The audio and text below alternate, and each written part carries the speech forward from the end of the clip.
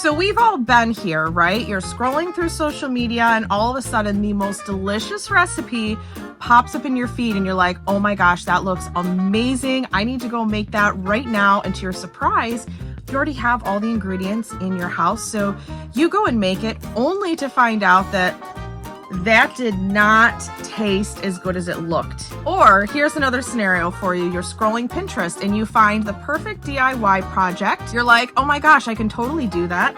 I have everything right here. Let's get to work. And then you make it and then the finished result is like, yeah, that's not what I was going for. That did not turn out the way that I thought it was going to. Hi, my name is Christine of Spotted Horse Design Company, and today I want to share with you some of my crochet pattern flops. So whether you're a crochet designer or not, I think we've all been there where we have made something and we just thought it was going to be the best thing ever, and it totally was not what we had envisioned in our head. As a crochet pattern designer, I can tell you that I have plenty of those patterns, and today I am going to share them with you. Even though these patterns have flopped, they do still live on my blog and in my Etsy and Ravelry shops. I'm going to link them all below if you want to take a look at them for yourself after this video.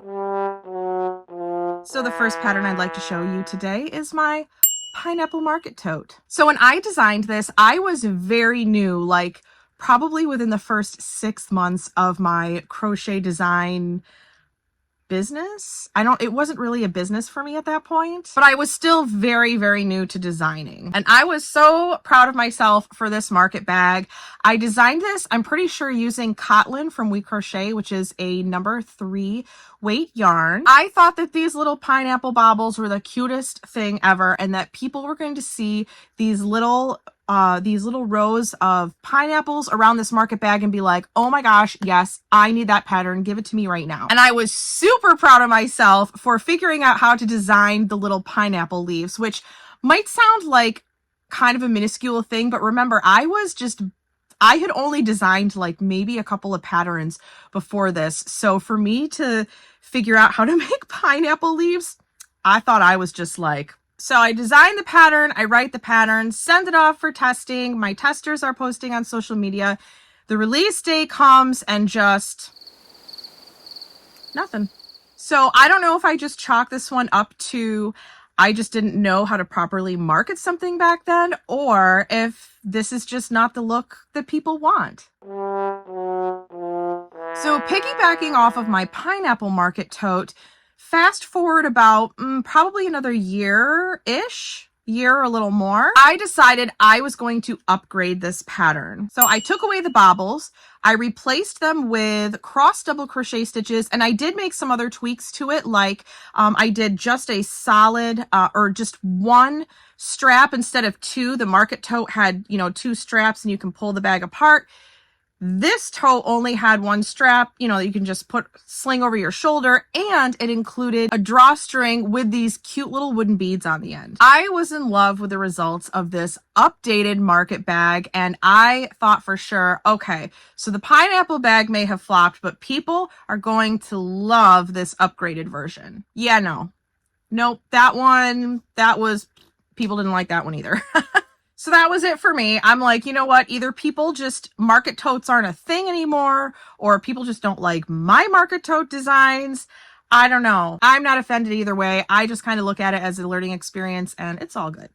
All right, so this next pattern, my pine tree throw. So I wanted to design something that combined my slow, quiet life here in my tiny cabin, but I also live in the woods, as you can see. Well, we cleared this part out of, so I can look out, but we got woods on all other sides of my cabin. Anyways, I wanted a blanket that would reflect my life here in my cabin, my quiet life, plus my life in the wood, plus our living in the woods. So that's where my pine tree throw comes in. I thought it would be a nice, easy, mindful crochet project where you can just slow down and relax at the end of the day and crochet. But it had all these cute little bobble pine trees, and if you've been following me for any length of time, you know that I do love a good bobble stitch. So I thought Putting these little bobble pine trees on this blanket was just going to be chef's kiss. This particular pattern, what I think the problem was, is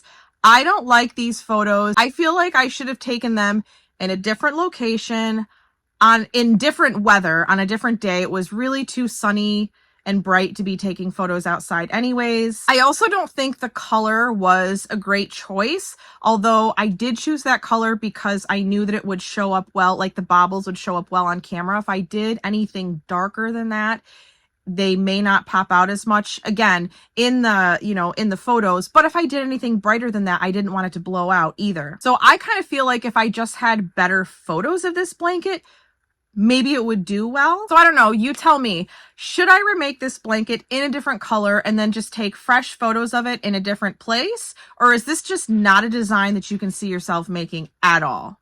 So while we are on the subject of blankets and making things that reflect where I live, I designed this lakeside throw because not only do I live in the woods, but I also live on a lake, and probably my number one favorite thing about where I live is the fact that I live on this lake. So naturally I wanted to design something that was inspired by this lake, so I named it the Lakeside Throw. I made this in Brava Bulky from We Crochet. I used white and navy to, reflect the colors of the lake. So I actually designed this blanket specifically for a blog hop that there's a few designers that host a couple different blog hops throughout the year, and I always do really, really well whenever I submit a pattern for that.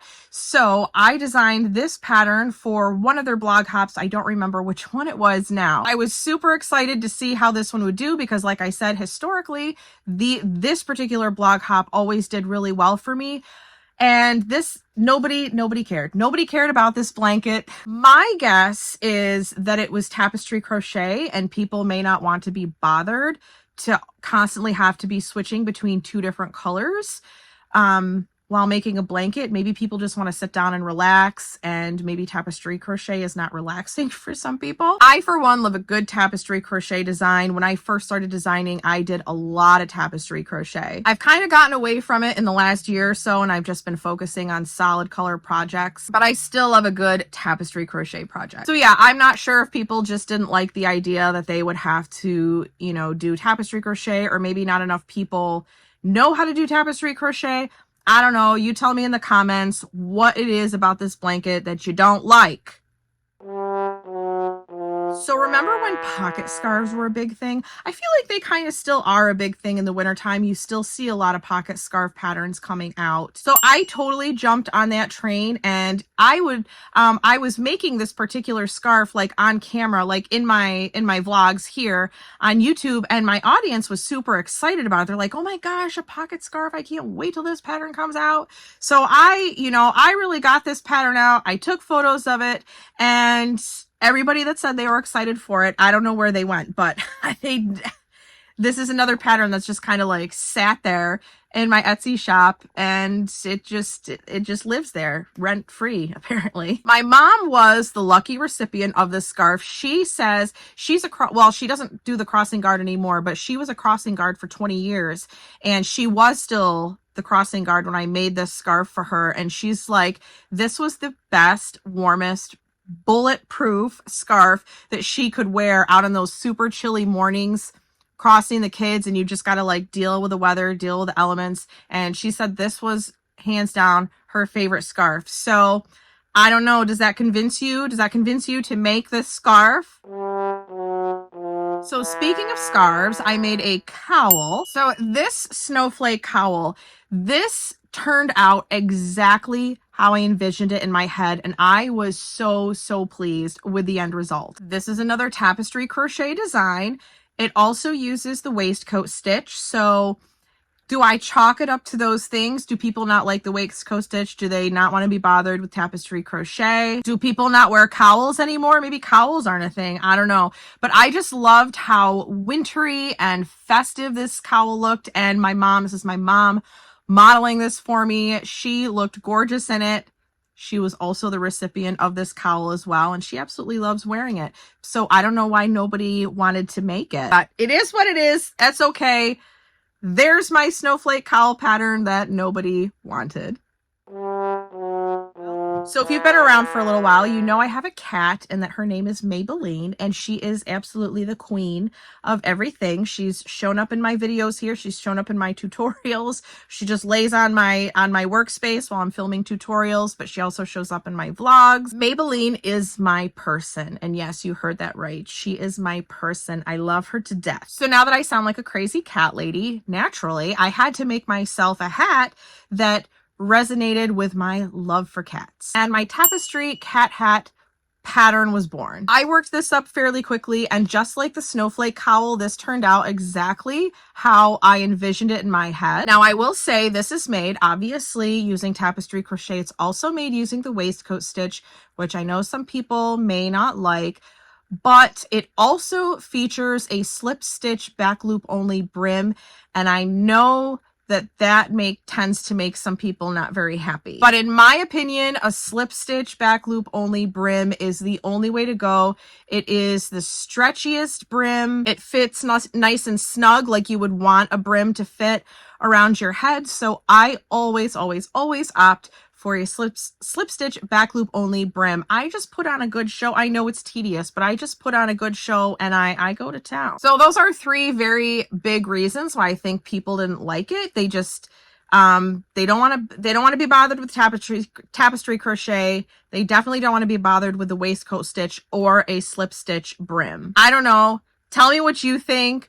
Do those things normally deter you, or is this hat just not your thing?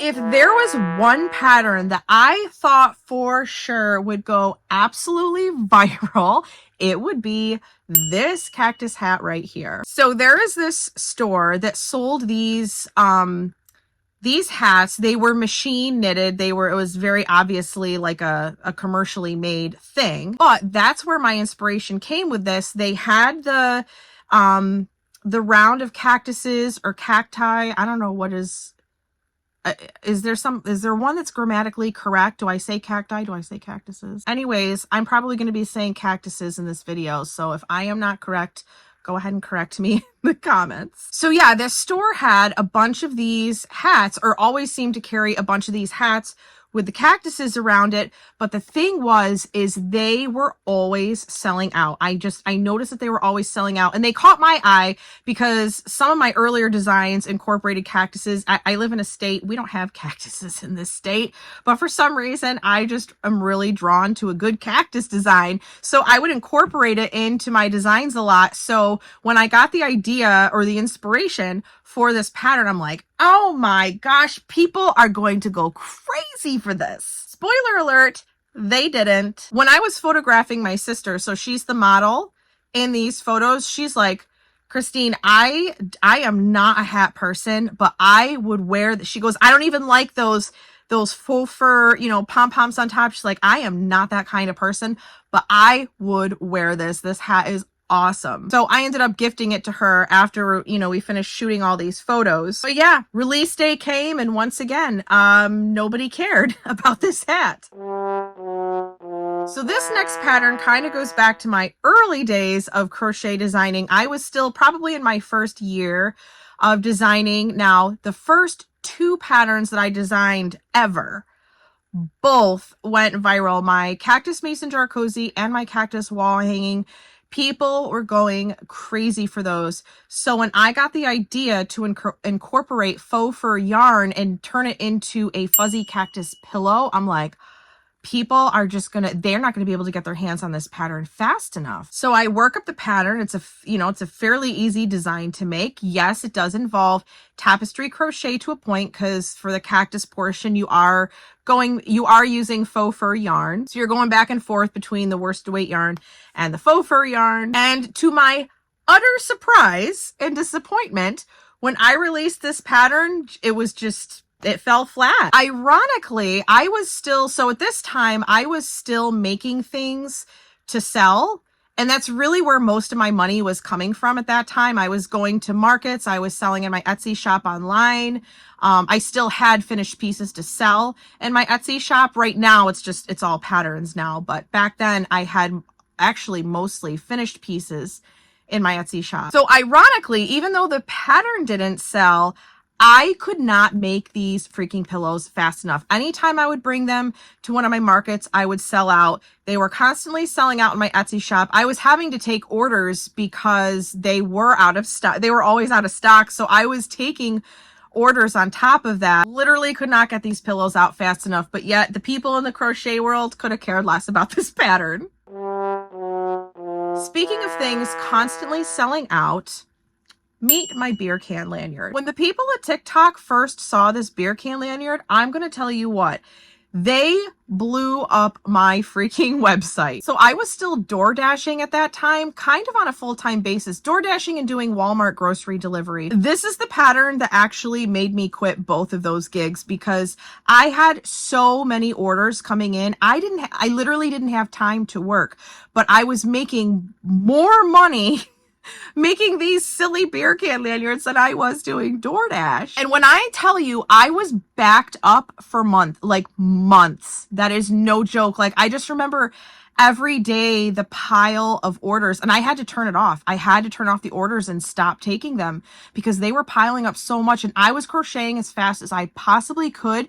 And every day, like that list of orders, I would scroll through it and it just never seemed to get any shorter. Since I had so much success selling this finished piece, I'm like, well, surely the makers of the crochet world will see its value and they are just going to run to get this pattern. No, they didn't care about this pattern at all. So it is what it is. We just move on.